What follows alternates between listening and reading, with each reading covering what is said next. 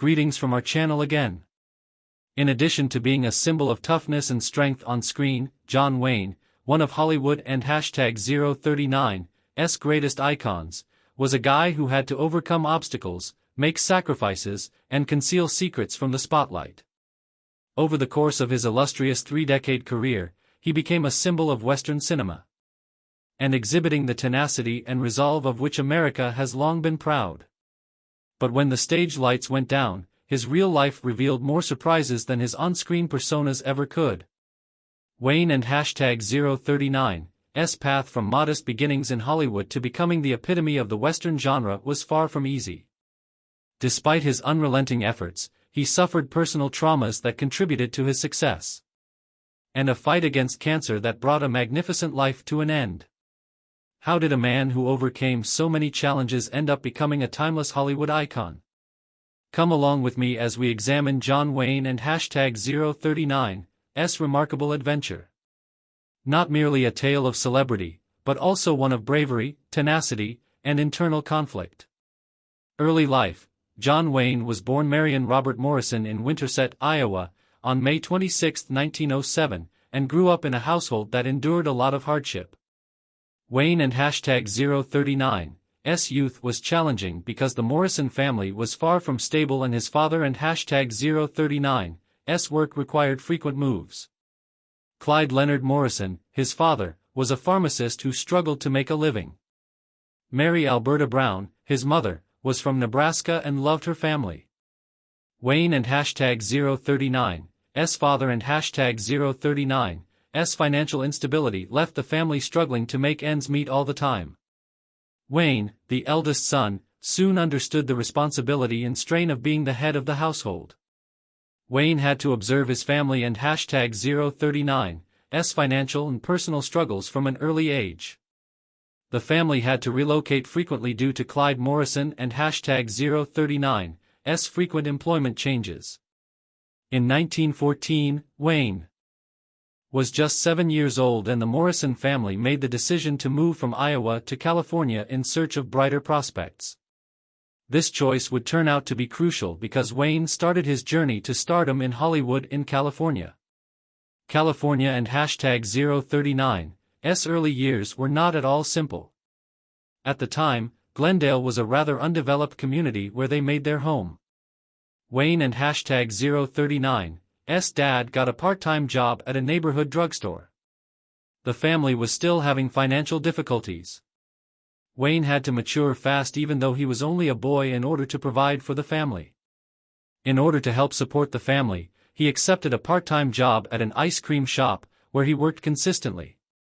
Hollywood professionals frequently visited this ice cream shop, which is where Wayne first made connections with folks in the film industry. While it was nothing noteworthy at the time, this represented his early introduction to despite the many problems his family endured, Wayne always harbored enormous goals. His aim was to join the United States. His desire to join the Navy prompted him to apply to the U.S. the Naval Academy. But when his academic performance was deemed insufficient for admittance, his hope was dashed. For Wayne, who had anticipated that a career in the military would offer an escape from his challenging circumstances, this was a huge letdown. However, this setback just made him more determined to find a different route. Wayne attended the University of Southern California, USC, on a football scholarship after being turned down by the Naval Academy. He immediately rose to prominence on the USC football team thanks to his strong athletic frame and 6'4" height. Wayne had a strong feeling of cooperation and leadership during his time at USC.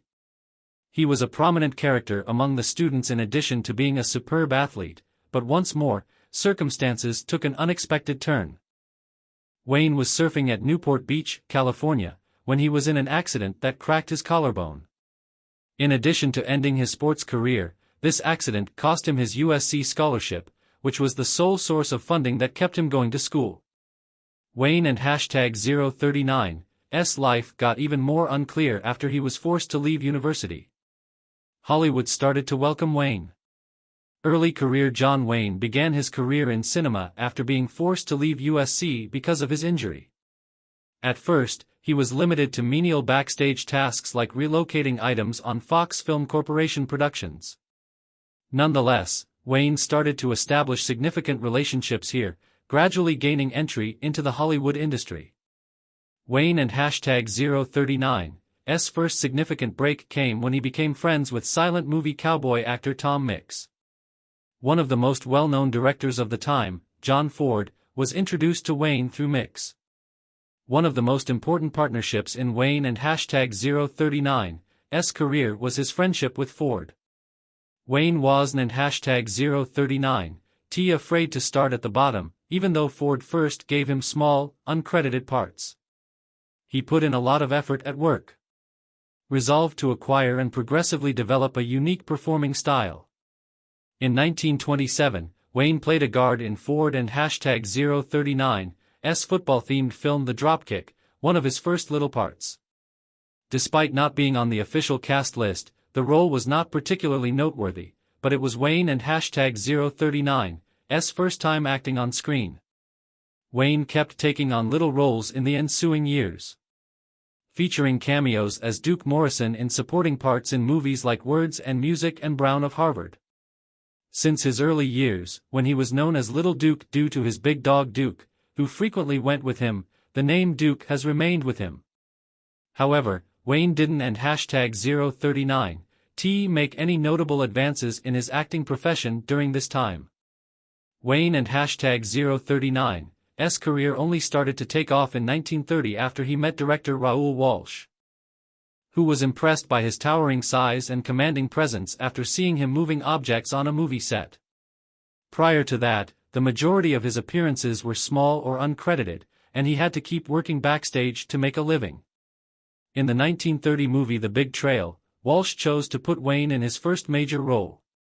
With a budget of more than $2 million, which was a significant amount for that era, The Big Trail was one of the biggest films at the time, thus Wayne had a great opportunity. In order to portray the breathtaking vistas of the American West, the film was shot in two formats, 35mm and widescreen 70mm grandeur. Wayne had acquired these talents since he was a little boy, and the role required him to perform a variety of horseback riding and outdoor combat scenarios.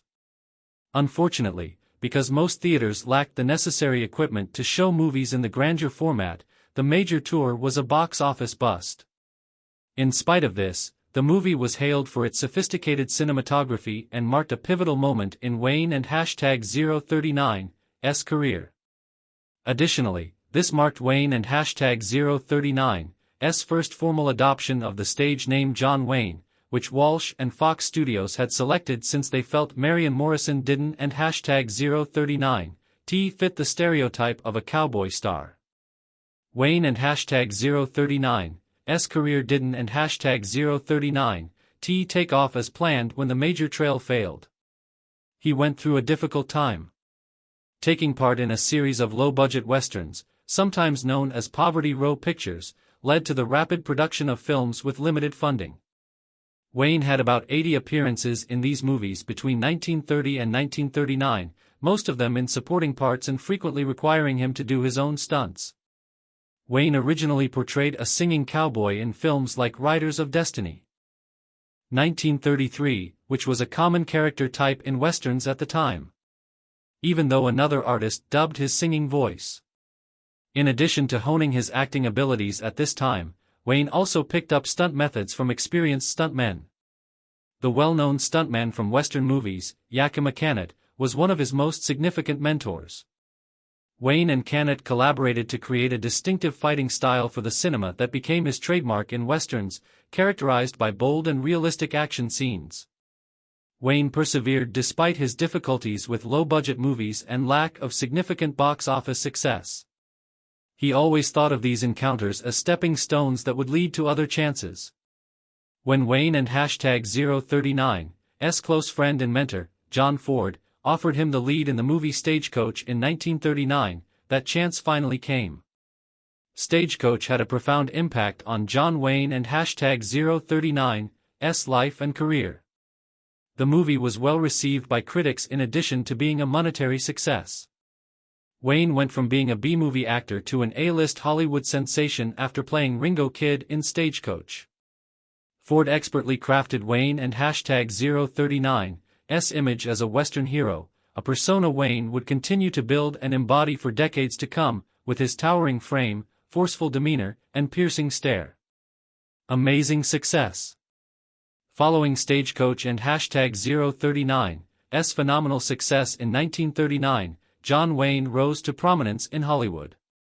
The movie established Wayne and #039's career and solidified his reputation as a charismatic, strong, and serene cowboy hero, a reputation that fans all over the world adore. Following this, Wayne and #039's career took off, and a string of consecutive box office successes cemented his place in the motion picture business. Wayne and John Ford continued to work together in the 1940s, with Wayne appearing in a number of war movies and westerns. His portrayal of Sergeant John M. Stryker in Sands of Iwo Jima, 1949, was among his most well-known appearances during this decade. The pivotal Battle of Iwo Jima during World War II served as the subject of this war movie. And both reviewers and viewers gave Wayne and #039's performance great marks. He was nominated for Best Actor at the Academy Awards for the first time. The nomination validated Wayne and #039's status as a gifted actor and not merely a Western movie star, even though he didn't and #039t win. Wayne also collaborated with several well-known filmmakers during the decade, including Cecil B. DeMille and Howard Hawks. And the Fighting C.B.'s, 1944, further solidified his reputation as a valiant, resilient soldier, especially since the United States had just entered World War II. In addition to being commercially successful, the war movies in which Wayne starred served to strengthen the American public and #039's sense of patriotism and resiliency. In 1952, Wayne had one of the most memorable performances of his career in the romance drama The Quiet Man, which was a stark departure to his typical cowboy parts. The film, which was directed by John Ford, is about an American man who, after years of bloodshed in America, returns to his native Ireland in search of peace. Wayne and #039's performance in The Quiet Man demonstrated his range as an actor, allowing him to transcend the stereotype of the cowboy hero and showcasing his emotional nuance and adaptability. The Searchers, a darker and more nuanced Western also helmed by John Ford, was another iconic movie from this decade. Wayne portrayed Confederate soldier Ethan Edwards in The Searchers, who was looking for his niece who had been abducted by Native Americans. In addition to receiving accolades for its creative value, including breathtaking photography and an engrossing plot, the movie was named one of the best westerns ever made. Wayne was particularly praised for his portrayal of Ethan Edwards because he was able to depict a character who was split between devotion and hatred. Wayne achieved even more popularity in 1959 with the release of Rio Bravo, another classic directed by Howard Hawks. Wayne portrayed Sheriff John T. Chance in the movie, who is adamant about defending a criminal from a gang that wants to liberate him.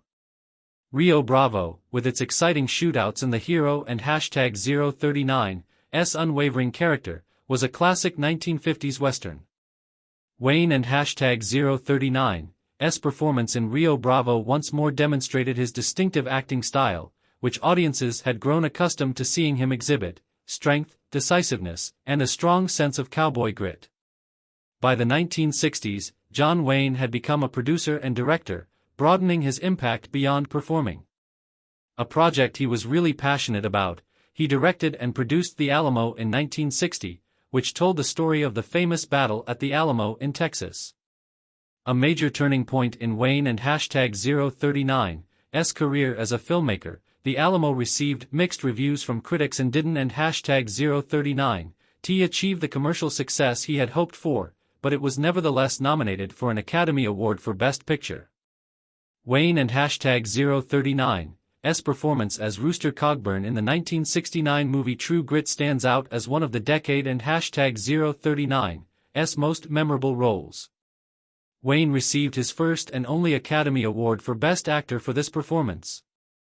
Wayne portrayed an elderly, obstinate sheriff in True Grit who assists a young girl in finding the person who killed her father. Rooster Cogburn was the ideal combination of toughness, devotion, and comedy.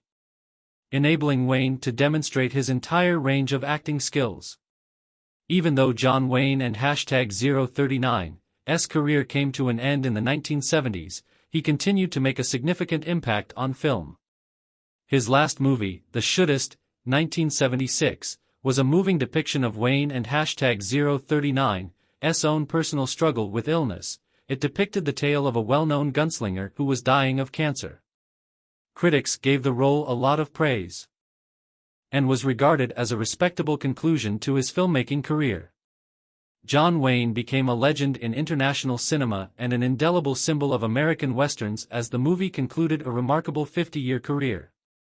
John Wayne solidified his reputation as a representation of tenacity, devotion, and the American spirit by appearing in over 170 films over his career, the most of which were westerns and war films. Wayne and #039's career had a significant cultural impact in addition to being a commercial success. Wayne was the epitome of American ideals in addition to being the biggest star of Hollywood and #039's heyday. Political opinions and disputes. In addition to being a movie legend, John Wayne was also one of Hollywood and #039's most vocal conservatives. Wayne was highly outspoken about his political and social beliefs throughout his career, which caused a great deal of controversy. John Wayne was one of the most well-known public individuals who publicly backed the government and #039's policies and the war in the 1960s and 1970s, when the Vietnam War was causing significant division in the United States. He thought that in order to prevent communism from spreading, the United States had to get involved in Vietnam. The most obvious example of his political position was his 1968 picture, The Green Berets, in which he both directed and starred.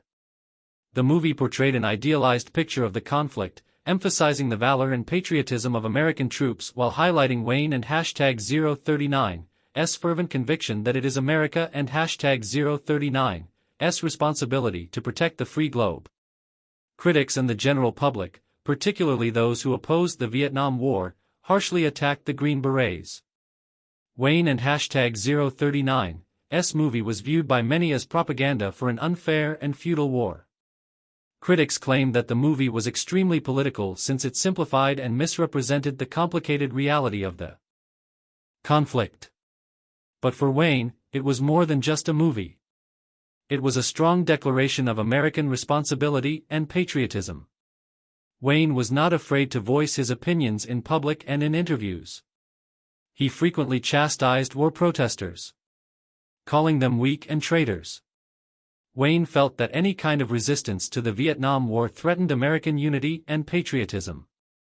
John Wayne had strong beliefs about social issues and human rights in addition to the war, particularly during the civil rights movement of the 1960s.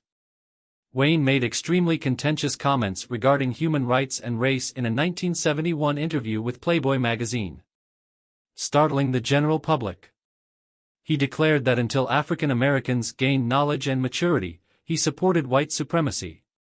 Wayne and #039's remarks drew strong condemnation during a period when the civil rights movement demanded justice and equality for all races. Wayne also expressed his opinions on Native Americans, contending that European colonization of America and the eviction of Native Americans exacerbated social divisions in addition to provoking wrath. Wayne and #039's views were seen by many as out of date and indicative of an extreme conservative mentality that lacked compassion for the social changes occurring. John Wayne was adored and controversial due to his social and political beliefs.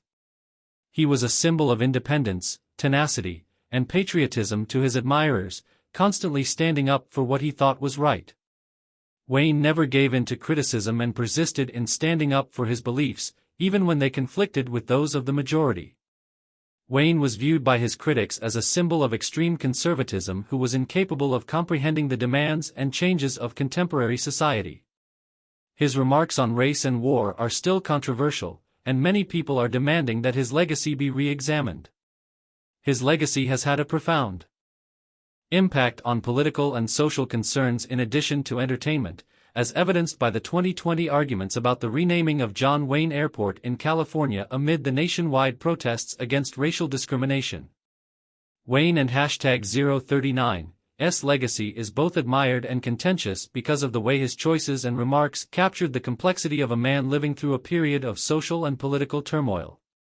Personal life. In addition to the attention he received in Hollywood and his role as a Western hero, John Wayne had a turbulent personal life. Wayne was married 3 times, 2 of his marriages ended in divorce. Spanish-American woman Josephine Alicia Sands was his first wife. After getting married in 1933, the couple had 4 kids. Mary Antonia Tony, Melinda Wayne Munoz, 1940–2022, Patrick Wayne, 1939, and Wayne LaCava, 1936–2000. Despite having a promising start to their marriage, Wayne and hashtag 039's job demands and the time he spent on movie sets caused their relationship to deteriorate, and they eventually divorced in 1945. Wayne married Mexican actress Esperanza Bauer in 1946 following his divorce from Josephine. But Wayne and hashtag 039's marriage soon became one of the most difficult times of his life.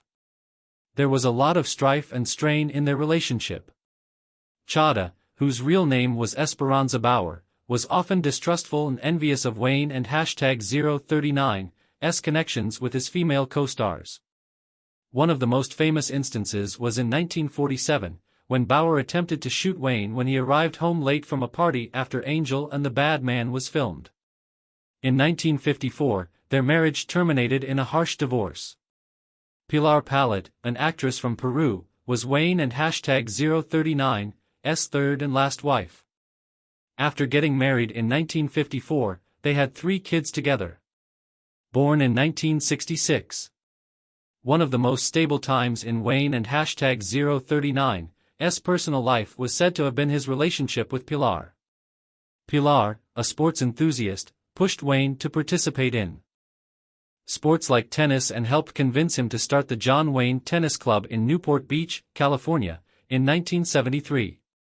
But even though they were married until his death, they split up in 1973, and Wayne lived out his last years with Pat Stacey, his last lover.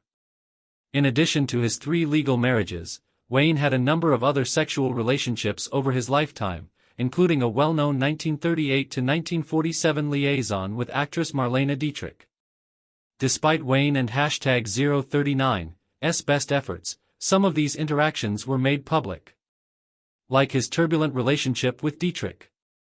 After splitting from Pilar Pallet, Wayne found solace and affection in Pat Stacey, his last friend. Stacey was Wayne and hashtag 039's secretary at first, but after Wayne and Pilar split up, their bond grew. In 1964, Wayne, who smoked a lot, got some startling news. Lung cancer was the diagnosis made for him. Wayne didn't and hashtag 039's conceal his medical condition, though, in contrast to many other Hollywood celebrities. His entire left lung and 2 ribs were removed during surgery. Instead of remaining silent, Wayne spoke candidly about his struggle and urged people to obtain regular checks in order to identify major illnesses early. He helped ease the dread that many people experienced when they heard about cancer by popularizing the term and quote, Big C, and quote, John Wayne and hashtag 039's fight against cancer served as evidence of his bravery and unwavering will to succeed. After several operations and therapies, his condition worsened, yet he still went out in public and even started acting again. Despite winning the initial fight against lung cancer, John Wayne and hashtag 039's luck was not in his favor. He received a second cancer diagnosis in 1979, this time for stomach cancer. John Wayne was diagnosed with lung cancer at the age of 72. Wayne could not fight again since his condition had deteriorated. His last years were difficult and painful. He had multiple tumor removal surgeries, including a taxing 9-hour procedure in January 1979 when medical professionals found a cancerous tumor in his stomach. Wayne and hashtag 039's illness was incurable, despite his perseverance and even his participation in a cancer vaccine study to extend his life. Only a few months after his last therapy, Wayne was admitted to the hospital once more in June 1979 due to intestinal blockage. Physicians found that there was no chance of recovery because the cancer had gone throughout his body. John Wayne passed away at UCLA Medical Center in Los Angeles on June 11, 1979, leaving his family and admirers with an incalculable sense of grief. In addition to being a huge loss for American film, his demise also left a hole in the hearts of millions of fans around the globe. The last minutes of Wayne and #039's life were emotional. During his last hours, he was accompanied by his daughter Issa and his close friend, Pat Stacey. According to Stacey and #039's account, Wayne said, end quote, "Of course I know you," end quote, in his last moments before descending into a severe coma, expressing his love for her. "My girl is you. I cherish you." These were the final remarks of a powerful figure, but he was no longer the unstoppable Western hero at that very moment. He was just a man with a lot of feelings who was going to die. Issa, Wayne and #039's daughter, firmly grasped her father and #039's hand, hoping he would sense the love and presence of his family as he passed away. There was pain in John Wayne and #039's last breaths, but also tranquility in his loved ones and #039 hearts. A legacy that endures. Even though John Wayne is no longer with us, his legacy endures in the hearts of his admirers and in the annals of film. In addition to playing innumerable iconic roles, he was a representation of bravery, tenacity, and willpower in the face of difficulty. In addition to being a personal struggle, his fight with disease served as a lesson in facing life and #039's uncertainties. In order to carry on the battle against the illness that killed him, the Wayne family founded the John Wayne Cancer Foundation in 1985. The foundation and #039's substantial contributions to cancer education and research have had a long-lasting effect on the battle against this fatal disease. And familial love were the main factors that influenced John Wayne and #039's legacy. Even though he is no longer with us, millions of people still carry the image of a Western hero and an unwavering American emblem in their hearts. His legacy extends beyond the movies he produced. It also includes the manner he dealt with illness and left a legacy of bravery, tenacity, and an unwavering will to live to the end. I appreciate you watching. To ensure you don't and #039 miss out on more fascinating content, remember to hit the end quote, like and quote, button and subscribe to the channel. Tell us what you think by leaving a comment. I and #039 LL see you in the upcoming video.